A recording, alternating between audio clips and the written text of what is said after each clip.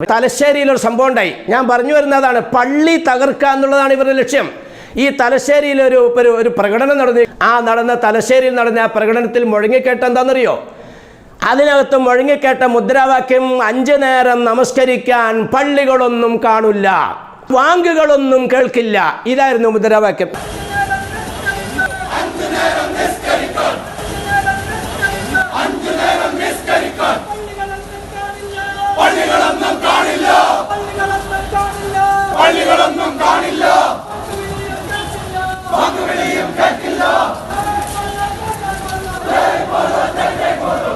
അപ്പൊ ഞാൻ പറഞ്ഞു വരുന്നത്, ഇവരെല്ലാം കയറുന്നത് പള്ളിയിലേക്കാണ്. 92 ഡിസംബർ 6-ാം തീയതി ബാബരി മസ്ജിദ് തകർത്തതായ ഈ ഇന്ത്യ രാജ്യത്തെ ഫാഷിസ്റ്റുകൾ, ഹിന്ദു വർഗീയ തീവ്രവാദികൾ എന്ന് വേണമെങ്കിൽ പച്ച മലയാളത്തിൽ പറഞ്ഞാൽ, അവരുടെ അജണ്ട ഇതോടുകൂടി അവസാനിക്കുന്നില്ല. മറ്റൊരു വേദനയുടെ സംഭവം ഈ രാജ്യത്തേക്ക് അവർ കൊണ്ടുവരികയാണ്. യു.പിയിലെ മധുരയിലെ ഷാഹി ജുമാ മസ്ജിദ് എന്ന് പറയുന്ന, ഇതുപോലെ തന്നെ 4 നൂറ്റാണ്ടിലേറെക്കാലം മുസ്ലിം സമുദായം ഇബാദത്തെടുത്തുകൊണ്ട് ആരാധന ചെയ്തുകൊണ്ടിരുന്ന പള്ളി, അവർ കർസേവ നടത്തി ആ പള്ളിക്കകത്ത് കൃഷ്ണവിഗ്രഹം സ്ഥാപിച്ചുകൊണ്ടിട്ട് അവിടെ പൂജ നടത്താൻ തീരുമാനിച്ചിരിക്കുകയാണ്. അതിന് വേണ്ടുന്ന എല്ലാവിധ ഒത്താശകളും ഭരണകൂടത്തിൻ്റെ ഭാഗത്തുനിന്ന് ഉണ്ട് എന്നതിൻ്റെ വ്യക്തമായ തെളിവാണ് ഇന്നത്തെ പത്രത്തിനകത്ത് അവിടുത്തെ ഉപമുഖ്യമന്ത്രിയുടെ പ്രസ്താവന ഞാൻ വായിച്ചതാണ്. ഈ കാര്യത്തിന് എല്ലാവിധ പ്രോത്സാഹനം ഉപമുഖ്യമന്ത്രി കൊടുത്തിരിക്കുകയാണ്. അപ്പോൾ സർക്കാർ ഇതിന് അനുകൂലമാണ്. അതിനോടൊപ്പം തന്നെ ഒരു ഏറ്റവും വേദനാജനകമായൊരു സംഭവം, ഈ വിഷയത്തിൽ ഒരു ഹർജി കോടതിയിലേക്ക് എന്ന് പറഞ്ഞാൽ അവിടെ കൃഷ്ണൻ ജനിച്ച സ്ഥലമാണ്. ഇങ്ങനെ തന്നെ ഇവർ പറഞ്ഞുകൊണ്ടിരിക്കുന്നത്. 3000 പള്ളിയാണെന്നാണ് പറയുന്ന ഇവർ ലിസ്റ്റിലുള്ളത്. പക്ഷേ ഞാൻ മനസ്സിലാക്കുന്നു, ഇവർക്ക് 3000 ദൈവമല്ല ഉള്ളത്. ഓരോ ദൈവത്തിൻ്റെയും പേരിൽ, അല്ലെങ്കിൽ ഓരോ ദൈവ അവതാരത്തിൻ്റെ പേരിൽ ഇവർ ഓരോ പള്ളികൾ എടുക്കുകയാണ്. രാമൻ്റെ പേരിലാണ് ബാബരി മസ്ജിദ് എടുത്തത്. ബാബർ എന്ന് പറയുന്ന അക്രമി അവിടെ ക്ഷേത്രം തകർത്തുകൊണ്ടിട്ട് പള്ളി ഉണ്ടാക്കിയെന്ന് പറയുമ്പോൾ, യഥാർത്ഥത്തിൽ നമ്മൾ ഇവിടുത്തെ നീതി വ്യവസ്ഥ ഈ ഇന്ത്യ രാജ്യത്ത് നിലനിൽക്കുന്നതിൻ്റെ വ്യക്തമായ തെളിവാണ് സുപ്രീം കോടതി വളരെ അസന്നിഗ്ധമായി പരസ്യമായി പ്രഖ്യാപിച്ചത്. ബാബരി മസ്ജിദ് നിന്നതായ സ്ഥലത്ത് എന്തെല്ലാം നിലയ്ക്കുള്ള ഗവേഷണങ്ങൾ നടത്തിയിട്ടും അവിടെ ഒരു ക്ഷേത്രമുള്ളതിൻ്റെ തെളിവ് കണ്ടിട്ടില്ല. ഇത് കോടതി പരസ്യമായിട്ട് പറഞ്ഞതാണ്. പിന്നെ എന്താണ് കോടതി ഈ പള്ളി നിങ്ങൾ ഈ ക്ഷേത്രമാക്കാമെന്ന പാർട്ടിക്ക് വിട്ടുകൊടുക്കണമെന്ന് പറഞ്ഞത്? ഇവിടെ ഒരു വലിയ സത്യമുണ്ട്. ഞാൻ മനസ്സിലാക്കുന്നത്, ഇവർക്ക് ക്ഷേത്രം വിട്ടുകൊടുത്തില്ലെങ്കിൽ ഇവർ അക്രമികളാണ്. ഇതാണ് ഞാൻ മനസ്സിലാക്കുന്നത്. കോടതി മനസ്സിലാക്കി ഈ രാജ്യത്തെ മുസ്ലിങ്ങൾ സമാധാനകാംക്ഷികളാണ്, അവർ മര്യാദക്കാരാണ്, അവർ നീതിക്ക് വേണ്ടി നിലകൊള്ളുന്നവരാണ്. പക്ഷേ ഈ പള്ളി പഠിച്ച് ക്ഷേത്രം പറയുന്നവർ ധിക്കാരികളാണ്, അക്രമികളാണ്.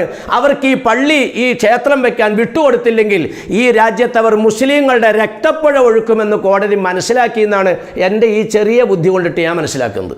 അതുകൊണ്ടിട്ടായിരിക്കണം ക്ഷേത്രത്തിൻ്റെ തെളിവ് അവിടെ ഇല്ല. ക്ഷേത്രം നിന്നതിന് അടിസ്ഥാനപരമായി ഒന്നും തെളിയിക്കാൻ കഴിഞ്ഞിട്ടില്ല.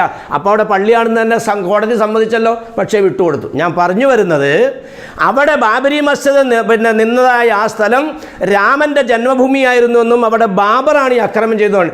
ഇപ്പോൾ യു.പിയിലെ മധുരയിൽ ഷാഹി മസ്ജിദിൻ്റെ പേരിൽ ആരോപണം ഉന്നയിക്കുന്നത് ബഹുമാനപ്പെട്ട ഔറംഗസീബിനെയാണ്. ഔറംഗസീബിൻ്റെ ഭരണചരിത്രവും അദ്ദേഹത്തിൻ്റെ ജീവചരിത്രവും ഞാൻ പറയുകയാണ്, ഈ വർഗ്ഗങ്ങൾ എടുത്തൊന്ന് വായിക്കാനെങ്കിലും മനസ്സിലാക്ക്, ഒന്ന് തയ്യാറാകുക. അദ്ദേഹം പൊതുമുതലിൽ നിന്ന് ഒരു രൂപ പോലും എടുക്കാതെ, ഒരു നാണയത്തൊട്ട് പോലും എടുക്കാതെ, തൊപ്പി തുന്നി കുപ്പായം തുന്നി അതിൻ്റെ കൂലി കൊണ്ടിട്ട് ജീവിച്ച മഹാനാണ് ഔറംഗസീബ് എന്ന് പറയുന്നയാൾ.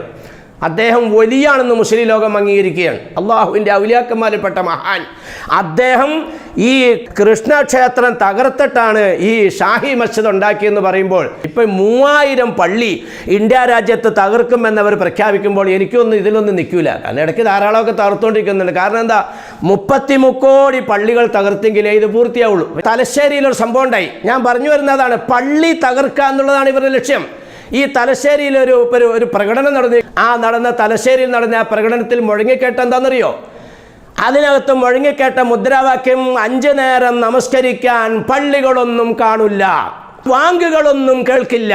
ഇതായിരുന്നു മുദ്രാവാക്യം.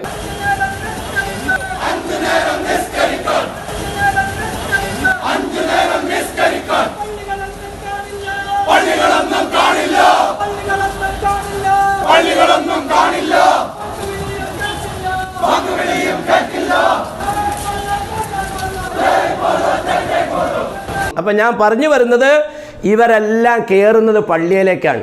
ഉസ്താദ്, സംഖ്യകൾ പല ദുർലാക്കോടുകൂടി പലതും ചെയ്താലും അത് അവർക്ക് തന്നെ തിരിച്ചടിയാവുന്നുണ്ട്. ശരിക്കും ഈ വിഷയവും അതുപോലെ തന്നെ അവർക്ക് തിരിച്ചടിയായിട്ടില്ലേ? അവരതിനകത്ത് വിളിക്കുന്ന മുദ്രാവാക്യം 5 നേരം നമസ്കരിക്കാൻ പള്ളികളൊന്നും കാണൂല എന്നാണ്. എന്തായാലും 5 നേരം നിസ്കാരം ഉണ്ടെന്ന് വരെ ഇന്ന് മുസ്ലിം സമുദായത്തിൽപ്പെട്ട ചില ആളുകൾക്ക് അറിയാൻ പാടില്ല, പേര് മാത്രമേ ഉള്ളൂ. നിസ്കാരം എത്ര നേരം ഉണ്ടെന്ന് വെച്ചാൽ അറിയില്ല. അതിവിടെ RSകാർ പഠിപ്പിച്ചു കൊടുക്കുന്നുണ്ടായി. ഞാൻ ഈ കഴിഞ്ഞ ദിവസം സംസാരിച്ചു പറഞ്ഞതാണ്. ഇവരിങ്ങനെ ഓരോന്ന് ഇട്ട് വരുമ്പോൾ ഞങ്ങളെപ്പോലുള്ളവർക്ക് അത് വിഷയമായപ്പോൾ നന്നായിട്ട് വിശദീകരിച്ച് പറഞ്ഞു കൊടുക്കാൻ പറ്റും. ഇപ്പോൾ ഈ തുപ്പലിൻ്റെ വിഷയത്തിൽ ആക്ഷേപിച്ചു, അതുപോലെ ഹലാലിൻ്റെ വിഷയത്തിൽ ആക്ഷേപിച്ചു. ഈ ധാരാളം അമുസ്ലിം സഹോദരങ്ങൾക്ക് ഈ ഹറാമും ഹലാലും എന്താണെന്ന് അറിയില്ലായിരുന്നു. ശരിക്കും ഹലാലെന്ന് പറഞ്ഞാൽ അത് പരിശുദ്ധമായത്, പവിത്രമായത് എന്ന് വളരെ വ്യക്തമാക്കി കൊടുക്കാനുള്ള അവസരം ഞങ്ങളൊക്കെ എല്ലാ സ്റ്റേജൊക്കെ അതിന് വേണ്ടി ഉപയോഗിച്ചു. ഈ വടി കൊടുത്ത് അടി മേടിക്കുന്നു ചില കാരണം വരും, അത് തന്നെ ഇവരുടെ ഭാഗത്തുനിന്നുണ്ടാകും. മുസ്ലിം സമുദായത്തിൻ്റെ ഇടയിൽ ഈ മന്ദിരിച്ച് ഊതലുണ്ട്. അത് ഊതലല്ല, അത് ഇഷ്ഫി, ഇങ്ങനെ ഒരു പ്രാർത്ഥനയാണ്. അപ്പോൾ കാണുന്നവർക്ക് തോന്നും ഇത് ഊതലാണെന്ന്. ആ സ്ഥാനത്ത് ശരിക്കും ജപിച്ച് ഊതുന്ന വേറെ മതവിഭാഗങ്ങളൊക്കെ ഇവിടെയുണ്ട്. അപ്പോൾ എല്ലാം ഇതുപോലെ ഓരോന്നും ഇങ്ങോട്ട് എടുത്തിടുമ്പോൾ നമുക്ക് ജനങ്ങൾക്ക് പറഞ്ഞു കൊടുത്ത് പഠിപ്പിക്കാനുള്ളൊരു അവസരം കിട്ടുന്നുണ്ട്. വലിയൊരു അനുഗ്രഹമാണ് ഇവരുടെ ഭാഗത്തുനിന്ന്. അപ്പം ഞാനിതിൽ നിന്നൊക്കെ മനസ്സിലാക്കുന്നത്, എൻ്റെ ബഹുമാനപ്പെട്ട ഈ മുസ്ലിം സഹോദരങ്ങൾ പ്രത്യേകം ഇതിനകത്ത് മനസ്സിലാക്കേണ്ടത്, ഇത് ഈ രാജ്യത്ത് നിന്നും ഈ സമുദായത്തിൻ്റെ ചിഹ്നങ്ങൾ നീക്കിക്കളയാൻ, അതായത് പള്ളികൾ എന്ന് പറയുന്നത് മുസ്ലിം സമുദായത്തെ സംബന്ധിച്ചിടത്തോളം പള്ളി മിനാരങ്ങളും ഈ അതുപോലെ തന്നെ ഈ പരിശുദ്ധമാകുന്ന മസ്ജിദുൽ ഹറാമിൻ്റെ വിഷയം പറഞ്ഞില്ലേ, ഈ മസ്ജിദുൽ ഹറാമിനെ സംബന്ധിച്ച് അല്ലാഹു സുബ്ഹാനഹു വ തആല പറയുന്ന ഫീ ആയാത്തും ബയ്യിനാത്തുൻ, ഇതാണ് ഈ ആരാധനാ ചിഹ്നം, ഇതാണ് സംസ്കാരം എന്ന് പറയുന്നത്. ശരിക്കും പറഞ്ഞാൽ കഅബാലയം എന്ന് പറയുന്നത് ഒരു കല്ലുകൊണ്ടുണ്ടാക്കപ്പെട്ട ഒരു സൗധമാണ്. അത് നോക്കിക്കഴിഞ്ഞ് കഴിഞ്ഞാൽ ഒരിക്കലും ഒരു പ്രത്യേകത ഒന്നും കാണൂല. പക്ഷേ തമ്പുരാൻ എന്ത് ചെയ്തു, അവിടെ ഒരു ചിഹ്നം വെച്ചു. അതെന്താ? ഫീഹി ആയാത്തും ബയ്യിനാത്തുൻ എന്ന് പറഞ്ഞതായ തമ്പുരാൻ മഖാം ഇബ്രാഹിമിനെ പരിചയപ്പെടുത്തി തരികയാണ് ഖുർആനിൽ. എന്ന് പറഞ്ഞാൽ ഒരു ലിഫ്റ്റ് എന്ന് വേണമെങ്കിൽ പറയാം. അല്ലാഹു സുബ്ഹാനഹു വ തആല ഇബ്രാഹിം നബി അലൈഹി സ്വലാത്തു വസ്സലാമിന് കഅബാലയം പുതുക്കി പണിയുന്ന സമയത്ത് കല്ലെടുത്ത് കഅബയിലേക്ക് കൊണ്ട് വെക്കുന്നതിന് കയറി നിന്ന് പണിയാൻ ഒരു കല്ല് കയറിയിരുന്നു. ഈ കല്ല് ഇസ്മായിൽ നബി അലൈഹി സ്വലാത്തു വസ്സലാം കട്ട എടുത്ത് കൊടുക്കുമ്പോൾ ഈ കട്ട വെക്കേണ്ട സ്ഥാനത്തേക്ക് ഈ കല്ല് പൊങ്ങി വരും. കട്ട അവിടെ വെച്ച് കഴിയുമ്പോൾ കല്ല് താഴത്തേക്കും. 2 പാദങ്ങളും ഇബ്രാഹിം നബി അലൈഹി ഇസ്ലാമിൻ്റെ 2 പാദങ്ങളും ഈ കല്ലിൽ പതിഞ്ഞു. അത്തഖദു മഖാമ ഇബ്രാഹിമ മുസല്ല. ഖുർആൻ പറയാണ് ഇത് ഒരു ചിഹ്നമാണ്. ഈ ചിഹ്നത്തിൻ്റെ പുറകിൽ നിങ്ങൾ നമസ്കരിക്കണമെന്നുവരെയും ഖുർആൻ നിർദ്ദേശിച്ചെങ്കിൽ ആ ചിഹ്നങ്ങൾ ഈ രാജ്യത്ത് നിന്ന് ഇല്ലാതെയാക്കലാണ്. ഈ മുസ്ലിം സമുദായത്തെ സംബന്ധിച്ചിടത്തോളം ഏത് രാജ്യത്ത് നിന്നാലും നബി സല്ലല്ലാഹു അലൈഹി വസല്ലമ തങ്ങൾ മദീനയിലേക്ക് ചെല്ലുമ്പോൾ ആദ്യം ചെന്നത് ഖുബായിലാണ്. എല്ലാവരും സ്വീകരിക്കാൻ തയ്യാറായി നിൽക്കുകയാണ്. അപ്പോൾ പറഞ്ഞു, എൻ്റെ ഒട്ടകം എവിടെയാണോ മുട്ടുകുത്തുന്നത് ഞാൻ അവിടെയാണ് നമസ്കരിക്കുകയുള്ളൂ, അവിടെയാണ് ഇറങ്ങുകയുള്ളൂ. അങ്ങനെ ഒട്ടകം മുട്ടുകുത്തിയ സ്ഥലത്തിൻ്റെ പേരാണ് ഖുബ. അവിടെ നബിത്തങ്ങൾ ചെയ്തെന്താണെന്നറിയോ? സഹാബാക്കൾക്ക് കിടക്കാനുള്ള സൗകര്യമുണ്ടോ, മഴയും വെയിലും കൊള്ളാതെ സുരക്ഷിതമായിട്ട് ഇരിക്കാനുള്ള സ്ഥലമുണ്ടോ, അവർക്ക് വെള്ളം കുടിക്കാനും മറ്റു ഭക്ഷണം കഴിക്കാനും ഇതൊന്നും അല്ല നോക്കിയത്. പിന്നെ അല്ലാഹു സുബ്ഹാനഹു വ തആല നബിത്തങ്ങളെ കൊണ്ട് ചെയ്യിപ്പിച്ചത് ലമസ്ജിദുൻ ഉസ്സിസ അലാ തഖ്വ മിൻ അവ്വലി യൗമിൻ. അവിടെ ചെന്നിട്ട് ആദ്യത്തെ പണി ഒരു പള്ളി ഉണ്ടാക്കലാണ്. ആദ്യം അതാണ് പള്ളി എന്ന് പറയുമ്പോൾ മുസ്ലിം സമുദായത്തെ സംബന്ധിച്ചിടത്തോളം എല്ലാ വിഷയങ്ങളും എല്ലാ പ്രശ്നങ്ങൾക്കും പരിഹാരം ഉണ്ടാകുന്നതും എല്ലാത്തിൻ്റെയും ശിരാ കേന്ദ്രവും പള്ളിയാണ് മുസ്ലിം സമുദായത്തെ സംബന്ധിച്ചിടത്തോളം. അതാണ് നബി സല്ലല്ലാഹു അലൈഹി വസല്ലം തങ്ങൾ അവിടെ ചെന്നപ്പോൾ ആദ്യമായി ചെയ്ത് പള്ളി. ഫസ്റ്റിലത്തെ ദിവസം തന്നെ. രണ്ടാമത് നബിത്തങ്ങൾ ആ പള്ളി നിർമ്മാണത്തിന് സഹാബാക്കൾക്കൊക്കെ പ്രോത്സാഹനം കൊടുക്കാൻ നബിത്തങ്ങൾ പ്രാർത്ഥിച്ചതൊക്കെ സഹീഹ് ബുഖാരിയിൽ കാണാം. രണ്ടാമത് അവിടെ നിന്ന് നബിത്തങ്ങൾ പോയത് മദീനയിലേക്കാണ്. അവിടെ ചെന്നപ്പോൾ നബിത്തങ്ങൾ ആദ്യമായി ചെയ്തത് പള്ളി നിർമ്മിക്കലാണ്. ഒരു സ്ഥലം വാങ്ങി അവിടെ ഈ ഈന്തപ്പഴം ഉണക്കാൻ വേണ്ടിയിട്ടിരുന്ന ഒരു സഹോദരൻ്റെ മൈതാന സ്ഥലമായിരുന്നു അത്. നബി സല്ലല്ലാഹു അലൈഹി വസല്ലം തങ്ങൾ അതിന് വില പറഞ്ഞു. അത് വാങ്ങാൻ തയ്യാറായപ്പോൾ ബഹുമാനപ്പെട്ട അബൂബക്കർ സിദ്ദീഖ് റളിയല്ലാഹു തആല അൻഹുവാണ് അതിൻ്റെ പണം കൊടുത്തത്. പണം കൊടുത്ത ആ സ്ഥലം വഖഫാക്കി. ഇന്ന് ഇവിടെ ഒരു വലിയൊരു പോയിന്റ് ഉണ്ട്. 1000കണക്കിന് ഏക്കർ സ്ഥലം ഇന്ന് ഇന്ത്യ രാജ്യത്ത് വഖഫാക്കപ്പെട്ടിട്ടുണ്ട്. മുസ്ലിം സമുദായത്തിൻ്റെ സ്വത്ത്. ഈ പള്ളി പിടിക്കുന്നതിൻ്റെ പിന്നിൽ ശരിക്കും ബാബരി മസ്ജിദിൻ്റെ ചുറ്റും എത്ര ഏക്കർ ഭൂമി ഉണ്ടായി? ഇങ്ങനെ ഏക്കർ കണക്കിന് ഭൂമി ഇത് ബഹുമാനപ്പെട്ട സിദ്ദീഖുൽ അക്ബർ റളിയല്ലാഹു തആല അൻഹു വഖഫാക്കിയപ്പോൾ ആ സ്ഥലത്താണ് നബി സല്ലല്ലാഹു അലൈഹി വസല്ലം തങ്ങൾ മദീനത്തുള്ള മസ്ജിദ് നബവി ഉണ്ടാക്കിയത്. അപ്പോൾ ഞാൻ പറഞ്ഞു വരുന്നത്, ഏത് മുസ്ലിമിനെ സംബന്ധിച്ചിടത്തോളം ഏത് രാജ്യത്തെന്നാലും അവരുടെ ഏറ്റവും അടിസ്ഥാനപരമാകുന്ന ചിഹ്നം അവരുടെ പള്ളിയാണ്. ഈ പള്ളി തകർക്കുക എന്നുള്ള ആസൂത്രിതമാകുന്ന അജണ്ട ഇന്ന് ഫാഷിസ്റ്റുകൾ ഇന്ത്യ രാജ്യത്ത് നടപ്പിലാക്കിക്കൊണ്ടിരിക്കുന്നുവെങ്കിൽ ഇവരിതിൻ്റെ പിന്നിൽ വേറെയും ലക്ഷ്യം വയ്ക്കുന്നുണ്ട്. പള്ളിയാണ് ഇവർക്ക് ലക്ഷ്യം. ഈ ഈ പള്ളി പിടിക്കുന്നതിൻ്റെ പിന്നിൽ ഇവർക്ക് വഖഫ് സ്വത്ത് കൈകാര്യം ചെയ്യാന്നുള്ള ഒരു ലക്ഷ്യമുണ്ട്. ഏക്കർ കണക്കിന് സ്വത്ത് എല്ലാ പള്ളികളുടെയും കീഴിലുണ്ട്. ഈ സ്വത്തുകൾ അവർക്ക് കസ്റ്റഡിയിലാക്കാനും കൂടെയുള്ള ഒരു തന്ത്രമാണ്. ഈ വഖഫ് സ്വത്ത് എന്ന് പറഞ്ഞാൽ ആരെങ്കിലും ഉദ്ദേശിക്കുന്ന ആരെങ്കിലും അല്ല കൈകാര്യം ചെയ്യുന്നത്. വഖഫ് എന്ന് പറഞ്ഞാൽ അത് അള്ളാഹുവിൻ്റെ ഒരു വിശ്വാസി അവനെ സൃഷ്ടിച്ച സൃഷ്ടാവിൻ്റെ മാർഗത്തിലേക്ക് സമർപ്പിക്കുന്നതിനായി വഖഫ് എന്ന് പറയുക.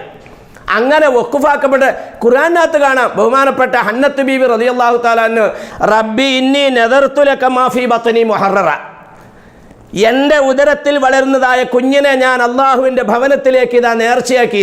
ഇത് ഇന്ന് തുടങ്ങിയതല്ല വഖഫ് എന്ന് പറയുന്നത്. വിശ്വാസികൾ അവരുടെ വിശ്വാസത്തിൽ ഊന്നി നിന്നുകൊണ്ട് താൻ കഠിനാധ്വാനം ചെയ്ത് സമ്പത്തുണ്ടാക്കിയ സമ്പത്ത് സൃഷ്ടാവിൻ്റെ മാർഗത്തിലേക്ക് സമർപ്പിക്കലാണ് വഖഫ് എന്ന് പറയുന്നത്. ഈ വഖഫ് സ്വത്തിന് ലോകത്തൊരു മനുഷ്യന് അവകാശമില്ല. അത് റഹ്മാനായ രാജസയ്യിദായ സൃഷ്ടാവായ തമ്പുരാനുക്കാണ്. അപ്പോൾ പിന്നെ ഇത് ആര് കൈകാര്യം ചെയ്യും?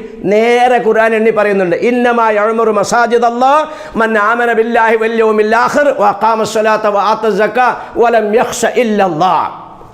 വഖഫ് സ്വത്ത് കൈകാര്യം ചെയ്യേണ്ടത് എന്ന് പറഞ്ഞാൽ പള്ളി പരിപാലനവുമായി ബന്ധപ്പെടേണ്ടത് ആമന ബില്ലാഹ്, അള്ളാഹുവിൽ വിശ്വാസമുള്ളവരാണ്, അന്ത്യദിനത്തിൽ വിശ്വാസമുള്ളവരാണ്, 5 സമയം നമസ്കരിക്കുന്നവരാണ്, സക്കാത്ത് കൊടുക്കുന്നവരാണ്, തമ്പുരാനെ ഭയപ്പെട്ട് ഇവിടെ ജീവിക്കുന്നവരാണ്, മറ്റാരെയും ഭയപ്പെടാത്തവരാണ്. ഇന്ന് എടുത്തു നോക്കിയാൽ ഈ കേരളത്തിലെ തന്നെ ചരിത്രമൊന്നും വ്യത്യാസമല്ല.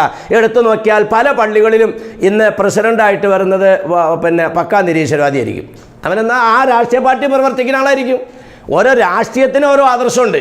സെക്രട്ടറിനെ എടുത്തു നോക്കിക്കഴിഞ്ഞാൽ അയാൾ യുക്തിവാദിയായിരിക്കും. അപ്പോൾ ഇങ്ങനെയുള്ള പ്രസിഡന്റും സെക്രട്ടറി ഒന്നും പള്ളി ഭരിക്കാൻ അർഹരല്ല. അതുകൊണ്ടിട്ട് തന്നെയാണ് ഈ വഖഫ് സംബന്ധമായിട്ട് സർക്കാർ ഒരു തീരുമാനത്തിലേക്ക് വന്നപ്പോൾ വിശ്വാസികൾ അതിനെ എതിർക്കാൻ കാരണം. ഇവിടെ ഇപ്പോൾ സർക്കാർ തീരുമാനം കൊണ്ടുവന്നിട്ടുണ്ട്, വഖഫ് ബോർഡിലേക്കുള്ള നിയമനം PSCക്ക് വിടണമെന്ന്. അങ്ങനെ PSCക്ക് വിട്ടാൽ ഇതുപോലുള്ള പേര് കൊണ്ടിട്ടായില്ല. ഒരു നിരീശ്വരവാദിയെ ഇതിൻ്റെ സ്ഥാനത്ത് കൊണ്ടുവരാൻ പറ്റില്ല, ഒരു യുക്തിവാദിയെ ഇതിൻ്റെ സ്ഥാനത്തേക്ക് കൊണ്ടുവരാൻ പറ്റില്ല. ഇതൊന്നും ചുമ്മാ എവിടെന്നെങ്കിലും വരുന്നതല്ലോ. മുസ്ലിം സമുദായത്തിൻ്റെ പള്ളിയുടെ സ്വത്ത് സർക്കാർ നിർദ്ദേശിച്ചതായ വ്യവസ്ഥ പ്രകാരം അടയ്ക്കുന്ന പണമാണിത്, അല്ലാണ്ട് വേറെ ആരുടെയല്ല, മുസ്ലിമിൻ്റെ മാത്രം പണം. എന്നാൽ ഇതുപോലെയുള്ള പണം തന്നെയല്ലേ ദേവസ്വം ബോർഡിൻ്റേത്. പക്ഷേ സർക്കാർ അതിനകത്ത് കൈയെടുത്തുന്നില്ല. ദേവസ്വം ബോർഡിലേക്കുള്ള നിയമനം PSCക്ക് വിടാൻ പറയുന്നില്ല.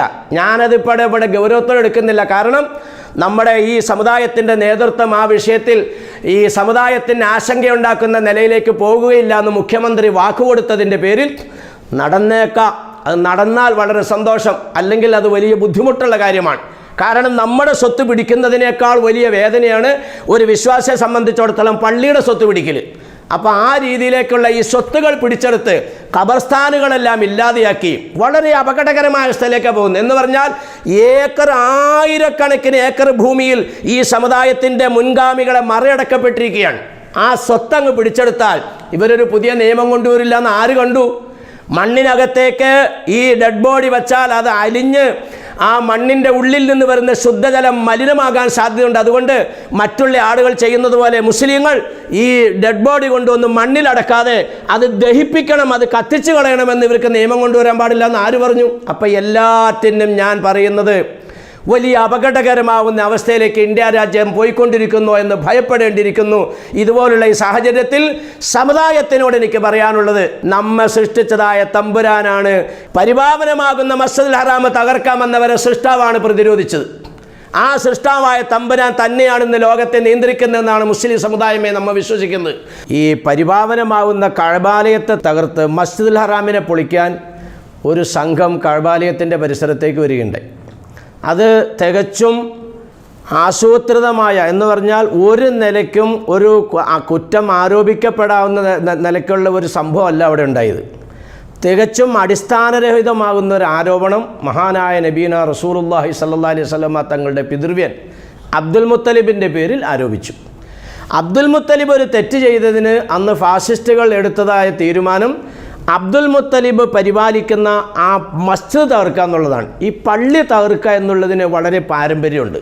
പള്ളികൾ തകർക്കുക എന്ന് പറഞ്ഞാൽ മുസ്ലിം സമുദായത്തിൻ്റെ ചിഹ്നം നശിപ്പിക്കുക എന്നുള്ളതാണ്. ഞാൻ നേരത്തെ പറഞ്ഞതുപോലെ മതേതരത്വവും ജനാധിപത്യത്തിനോട് ഒപ്പം തന്നെ ഈ സമുദായത്തിൻ്റെ ചിഹ്നം ലോകത്തു നിന്ന് ഇല്ലാതാക്കി കളയുക. അതിനാണ് പരിപാവനമാകുന്ന മസ്ജിദുൽ ഹറാം, അതായത് ഇന്ന് മുസ്ലിം സമുദായം നമസ്കരിക്കാൻ വേണ്ടി തിരിഞ്ഞു നിൽക്കുന്ന കഅബയിലും ഇരിക്കുന്ന പള്ളിയാണ് മസ്ജിദുൽ ഹറാം. അത് തകർക്കുന്നതിന് വേണ്ടി ഒരു സംഘം അന്ന് ആനപ്പട്ടാളമാണ് വന്നത്. പരിശുദ്ധ ഖുർആൻ അത് വളരെ വ്യക്തമായിട്ട് നമുക്ക് പഠിപ്പിച്ചിരുന്നുണ്ട്. അലം തറ കൈഫ ഫഅല റബ്ബുക ബി അസ്ഹാബിൽ ഫീൽ അലം യജ്അൽ കൈദഹും ഫീ തദ്ലീൽ വഅർസല അലൈഹിം ത്വയ്റൻ അബാബിൽ. ഈ ആനപ്പട്ടാളം പരിപാവനമാവുന്ന മസ്ജിദുൽ ഹറാമിൻ്റെ അടുത്തേക്ക് എത്തുമ്പോൾ ഇത് ഇന്ന് ഈ രാജ്യത്ത് ജീവിക്കുന്ന മുസ്ലിം സമുദായത്തിന് വ്യക്തമായ ഒരു പാഠമാണ്. യഥാർത്ഥത്തിൽ ഇന്ന് ഭരിക്കുന്ന സർക്കാരിൻ്റെ ഒത്താശയോടുകൂടി ഈ രാജ്യത്തെ മുസ്ലിം സമുദായത്തിൻ്റെ ചിഹ്നങ്ങൾ എടുത്തു കളയാനും അവരുടെ ജീവിച്ചു എന്നതിൻ്റെ രേഖകൾ മാറ്റാനും അതാണ് വ്യക്തമായിട്ട് അടുത്ത ദിവസങ്ങളിൽ നമ്മൾ കണ്ടത്. ഇന്ത്യയുടെ സ്വാതന്ത്ര്യത്തിന് വേണ്ടി പടപൊരുതിയ, വെള്ളക്കാരെ രാജ്യത്തുനിന്ന് ആട്ടി ഓടിക്കാൻ വേണ്ടി രക്തം ചിന്തിയ ഈ രാജ്യത്തെ മുസ്ലിം സമുദായത്തിൻ്റെ അംഗങ്ങളുടെ പേരുകൾ ചരിത്രത്തിൽ നീക്കിക്കഴിഞ്ഞു എന്ന് പറഞ്ഞാൽ അങ്ങനെ ഒരു സംഭവത്തിൽ ഇവർ പങ്കെടുത്തതിൻ്റെ രേഖ വേണ്ട. ഇതുപോലെ ഇവിടെ നിന്നും ഈ സമുദായത്തിൻ്റെ മുഴുവൻ ചിഹ്നങ്ങൾ നീക്കുന്നതിൻ്റെ മറ്റൊരു ഭാഗമാണ് ഇപ്പോൾ നമ്മൾ കണ്ടുകൊണ്ടിരിക്കുന്നത്. ഈ പരിപാവനമാകുന്ന കഅബാലയം ആക്രമിക്കാൻ വേണ്ടി വന്നപ്പോൾ സർവശക്തനായ തമ്പുരാൻ എടുത്തതായ നടപടി എന്താണെന്നാണ് ഇന്ന് ഇന്ത്യ രാജ്യത്ത് ജീവിക്കുന്ന മുസ്ലിങ്ങൾ മുഖവിലക്കെടുക്കേണ്ടത്. എന്ന് പറഞ്ഞാൽ ഒരേ ഒരു മനുഷ്യൻ അദ്ദേഹത്തിൻ്റെ ഇരു കൈകളും വാനലോകത്തേക്ക് ഉയർത്തിക്കൊണ്ട് പറഞ്ഞു, നാഥ, പരിപാവനമാവുന്ന നിൻ്റെ ഭവനം തകർക്കാൻ ഇത് ആനപ്പട്ടാളം വരികയാണ്. ഈ അബ്ദുൽ മുത്തലിബിൻ്റെ വശം പട്ടാളമില്ല, പ്രതിരോധ സേനയില്ല, ആയുധങ്ങളില്ല. അല്ലാഹുവേ, നിൻ്റെ ഭവനത്തിൻ്റെ സംരക്ഷണം നീ ഏറ്റെടുക്കണം തമ്പുരാന് എന്ന് ആ ഒരൊറ്റ മനുഷ്യൻ അദ്ദേഹത്തിൻ്റെ നാവ് കൊണ്ട് ദുആ ചെയ്തപ്പോൾ, അദ്ദേഹത്തിൻ്റെ ഹൃദയം തേങ്ങിയപ്പോൾ, അദ്ദേഹത്തിൻ്റെ 2 കണ്ണുകൾ ഒഴുകിയപ്പോൾ റഹ്മാനായ തമ്പുരാൻ എടുത്ത നടപടി എന്താണെന്ന് പറഞ്ഞോ, മസ്ജിദുൽ ഹറാമിൻ്റെ സമീപത്തേക്ക് ആനപ്പട്ടാളം എത്തുന്നതിന് മുമ്പ് അലം തറ കൈഫ ഫഅല റബ്ബുക ബി അസ്ഹാബിൽ ഫീൽ അലം യജ്അൽ കൈദഹും ഫീ തദ്ലീൽ. അവരുടെ ആ കുതന്ത്രത്തിന് സർവശക്തനായ തമ്പുരാൻ പിഴപ്പിച്ചു എന്ന് പറഞ്ഞാൽ അർസല അലൈഹിം ത്വയ്റൻ അബാബീൽ. തമ്പുരാൻ അത് പരിശുദ്ധ ഖുർആനിലൂടെ വ്യക്തമായി പഠിപ്പിച്ചിരുന്നു. ആ സംഭവം കൊച്ചു കൊച്ചു കാടപ്പക്ഷികളെ അയച്ചുകൊണ്ടിട്ടാണ് അല്ലാഹു തആല ഗജവീരന്മാരെയും പട്ടാളക്കാരെയും ഫജഅലഹും കഅസ്ഫിൻ മഅ്കൂൽ എന്ന ഖുർആൻ പറയുന്നത്. ഒട്ടകം ചവച്ചരച്ച വൈക്കോല് പോലെ ഗജവീരന്മാരും പട്ടാളക്കാരും ആയിത്തീർന്നുവെങ്കിൽ ഒരൊറ്റ മനുഷ്യൻ്റെ പ്രാർത്ഥനയാണ്. ഇന്ന് എനിക്ക് ഈ മുസ്ലിം ലോകത്തിനോട് പറയാനുള്ളത്, നിങ്ങൾ പരിപൂർണമായും ഇസ്ലാമിലേക്ക് വരിക എന്നുള്ളത് മാത്രമേ എനിക്ക് പറയാനുള്ളൂ. തഖ്വയുള്ള, തമ്പുരാനെ ഭയപ്പെടുന്നവരും മതബോധമുള്ള ഒരവസ്ഥയിലാണെങ്കിൽ രാജാതിരാജനായ റബ്ബിനോടാണ് ഈ വിഷയത്തിൽ നമ്മൾ പരാതി ബോധിപ്പിക്കേണ്ടത്. എന്ന് പറഞ്ഞാൽ 92 ഡിസംബർ 6-ാം തീയതി ബാബരി മസ്ജിദ് തകർത്തതായ ഈ ഇന്ത്യ രാജ്യത്തെ ഫാഷിസ്റ്റുകൾ ഹിന്ദു വർഗീയ തീവ്രവാദികൾ എന്ന് വേണമെങ്കിൽ പച്ച മലയാളത്തിൽ പറഞ്ഞാൽ അവരുടെ അജണ്ട ഇതോടുകൂടി അവസാനിക്കുന്നില്ല. ഇതുപോലുള്ള ഈ സാഹചര്യത്തിൽ സമുദായത്തിനോട് എനിക്ക് പറയാനുള്ളത്, നമ്മെ സൃഷ്ടിച്ചതായ തമ്പുരാനാണ് ഈ സൃഷ്ടികളെ കൊണ്ടിട്ട് ഈ രീതിയിലുള്ള പദ്ധതികൾ ആസൂത്രണം ചെയ്യുന്നത്. ഞാൻ ആദ്യം ഫസ്റ്റിലെ പറഞ്ഞത്, പരിപാവനമാകുന്ന മസ്ജിദുൽ ഹറാം തകർക്കാമെന്നവരെ സൃഷ്ടാവാണ് പ്രതിരോധിച്ചത്. ആ സൃഷ്ടാവായ തമ്പുരാൻ തന്നെയാണ് ഇന്ന് ലോകത്തെ നിയന്ത്രിക്കുന്നതെന്നാണ് മുസ്ലിം സമുദായമേ നമ്മൾ വിശ്വസിക്കുന്നത്. അതുകൊണ്ട് ഇന്നല്ലാഹ ലാ യുഗയ്യിറു മാ ബിഖൗമിൻ ഹത്താ യുഗയ്യിറു മാ ബി അൻഫുസിഹിം, സമുദായം തെറ്റിതിരുത്തി അള്ളാഹുവിനെയും റസൂലിനെയും അനുസരിക്കുന്ന വഴിയിലേക്ക് മടങ്ങലല്ലാതെ പ്രശ്നത്തിന് പരിഹാരമില്ല. അള്ളാഹുവിലേക്കും റസൂലിൻ്റെയും വഴിയിലേക്ക് മടങ്ങുക എന്ന് പറഞ്ഞാൽ തഖ്വായിൻ്റെ അനുസരണ ജീവിതത്തിലേക്ക് മടങ്ങുക എന്നുള്ള, അങ്ങനെ മടങ്ങുന്നവർ വിശ്വാസി റബ്ബിലേക്ക് കൈയുയർത്തിയാൽ റബ്ബ് താഴെ സ്വീകരിക്കുമെന്നതിൻ്റെ വ്യക്തമായ തെളിവല്ലേ നബി തങ്ങളുടെ പിതൃവിൽ നിന്നിട്ട് നമുക്ക് കിട്ടുന്നത്, ഖുർആൻ നമുക്ക് വ്യക്തമാക്കി തരുന്നത്. അതുകൊണ്ട് സത്യസന്ധമായ ജീവിതം, ആരെയും വേദനിപ്പിക്കാനോ വെറുപ്പിക്കാനോ നിൽക്കാതെ, ആരെയും ഒറ്റപ്പെടുത്താനോ ക്രൂശിക്കാനോ നിൽക്കാതെ, ആരുടെയും ഒന്ന് തട്ടിയെടുക്കാൻ, യഥാർത്ഥത്തിൽ നിന്ന് സംഭവിച്ചുകൊണ്ടിരിക്കുന്ന എന്താ, ഈ അടുത്ത ദിവസങ്ങളിലൊക്കെ പത്രത്തിലൊക്കെ വാർത്ത കണ്ടപ്പോൾ ഒരു പെൺകുട്ടി തൂങ്ങി മരണപ്പെട്ടു. ആലുവയിൽ ഇപ്പോൾ അടുത്ത ദിവസം ഉണ്ടായതാണ്. അവൾക്ക് നല്ല വിദ്യാഭ്യാസം ഉണ്ടില്ല, LLB ഉണ്ട്. അത് കഴിഞ്ഞപ്പോൾ കാണാൻ വേറൊരു പെൺകുട്ടി ഇതായി പാലക്കാട് അടുത്ത ദിവസം ഉണ്ടായി. 10 മാസമായിട്ടും പെൺകുട്ടി ഗർഭിണിയാകുന്നില്ല എന്ന പേരിൽ, പീഡിപ്പിച്ചതിൻ്റെ പേരിൽ ആ കുട്ടി ആത്മഹത്യ ചെയ്തു. എന്തുകൊണ്ടാണ് ഇതൊക്കെ സംഭവിക്കുക? ഇതാണ് ഞാൻ അടിവരയിട്ട് പറഞ്ഞത്, മുസ്ലിം ആവുക. നബി സല്ലല്ലാഹു അലൈഹി വസല്ലം തങ്ങൾ പറഞ്ഞല്ലോ, വിവാഹിതരാകുമ്പോൾ LLB നോക്കി കുഴപ്പമൊന്നുമില്ല, IAS കുഴപ്പമൊന്നുമില്ല, പക്ഷേ ഫദ്ഫർ ബിദാത്തിദ്ദീൻ എന്നാണ് നബി തങ്ങളുടെ നിർദ്ദേശം. മതപരമാകുന്ന എന്ന് പറഞ്ഞാൽ ഈ കുട്ടി എങ്ങനെയാണ് ഈ ഭൂമുഖത്ത് വന്നത്, അവളത് മനസ്സിലാക്കണം, അവൻ മനസ്സിലാക്കണം. ഞാൻ എവിടെ നിന്നാണ് വന്നത്, ഇപ്പോൾ എവിടെയാണ് നിൽക്കുന്നത്, എനിക്ക് ജന്മം നൽകിയ വ്യക്തി ഞാനുമായുള്ള ബന്ധമെന്താണ്, എന്നെ ഗർഭം ധരിച്ചതായ സ്ത്രീയും ഞാനും തമ്മിലുള്ള ബന്ധം എന്താണ്, എന്നിലേക്ക് കൂടെ ജീവിക്കാൻ എന്നോടൊപ്പം വരുന്നതായ എൻ്റെ ഇണയുമായുള്ള എനിക്കുള്ള ബന്ധം എന്താണ്, ഞാൻ എങ്ങനെയാണ് ജീവിക്കേണ്ടത്, ഇതെല്ലാം മനസ്സിലാക്കി പഠിപ്പിക്കുന്നതായ ആ സംസ്കാരത്തിന് പറയുന്ന പേരാണ് ഫളുഫർ ബിദാത്തിദ്ദീൻ. മതപരമാകുന്ന ബോധവും വിദ്യാഭ്യാസവും ഇണകൾക്കില്ലെങ്കിൽ തരിബത്തിയദാഖ്, നിങ്ങളുടെ ദാമ്പത്യം മുന്നോട്ട് പോകില്ല എന്ന് ലോക ഗുരു നബിയന മുഹമ്മദ് റസൂലുള്ളാഹി സല്ലല്ലാഹു അലൈഹി വസല്ലമ തങ്ങൾ പ്രഖ്യാപിച്ചെങ്കിൽ അതിനെ ഈ സമുദായം തള്ളിയതിൻ്റെ പേരിലാണ് ഇന്നീ കാണുന്ന പ്രശ്നങ്ങൾക്കൊക്കെ കാരണം. അതുകൊണ്ട് എൻ്റെ ബഹുമാനമുള്ള സഹോദരന്മാരെ സഹോദരിമാരെ, പരിപൂർണമായും തഖ്വ ജീവിതത്തിലേക്ക് മടങ്ങിയാൽ എല്ലാ പ്രശ്നങ്ങൾക്കും പരിഹാരമാണ്. ആ നിലയ്ക്ക് നീങ്ങി ഇവിടെ ജീവിക്കാൻ വന്നതല്ല മുസ്ലിം, ഇവിടെ ജീവിക്കാൻ വന്നതല്ല മുസ്ലിം, ഇവിടെ മരിക്കാൻ വന്നതാണ്. അതുകൊണ്ട് ആ ഖുർആൻ അസന്നിഗ്ധമായി പ്രഖ്യാപിക്കുന്നത് വലാ തമൂത്തുന്ന ഇല്ലാ വഅന്തും മുസ്ലിമൂൻ. ഭരിക്കുന്നവരുടെയും ഭരിപ്പിക്കുന്നവരുടെയും എല്ലാം മനസ്സ് നല്ല നിലയിലേക്കാകാൻ നമുക്കൊക്കെ ചെയ്യേണ്ടതായ ആയുധം പ്രാർത്ഥനയാണ്. അദ്ദുആഉ സിലാഹുൽ മുഅ്മിൻ വഇമാദുദ്ദീൻ. മുസ്ലിമിനെ സംബന്ധിച്ചിടത്തോളം ആയുധം വാളല്ല, കോടാലിയല്ല, ബോംബല്ല, തോക്കല്ല. മുസ്ലിമിൻ്റെ ആയുധം പ്രാർത്ഥനയാണെന്ന് നബീന റസൂലുള്ളാഹി സല്ലല്ലാഹു അലൈഹി വസല്ലമ തങ്ങൾ പ്രഖ്യാപിച്ചെങ്കിൽ ആ പ്രാർത്ഥന സ്വീകരിക്കപ്പെടുന്ന നിലവാരത്തിലേക്ക് നമ്മുടെ ജീവിതം എത്തിച്ചാൽ പ്രശ്നങ്ങൾക്കെല്ലാം പരിഹാരമാണ്. സന്തോഷത്തോടെ ഞാൻ ചോദിക്കട്ടെ, ജീവിക്കാൻ വേണ്ടി വന്നവരാണല്ലോ ഇതൊക്കെ തട്ടിപ്പറിച്ചെടുക്കുന്നത്? നമ്മൾ മരിക്കാൻ വന്നവരാണ്.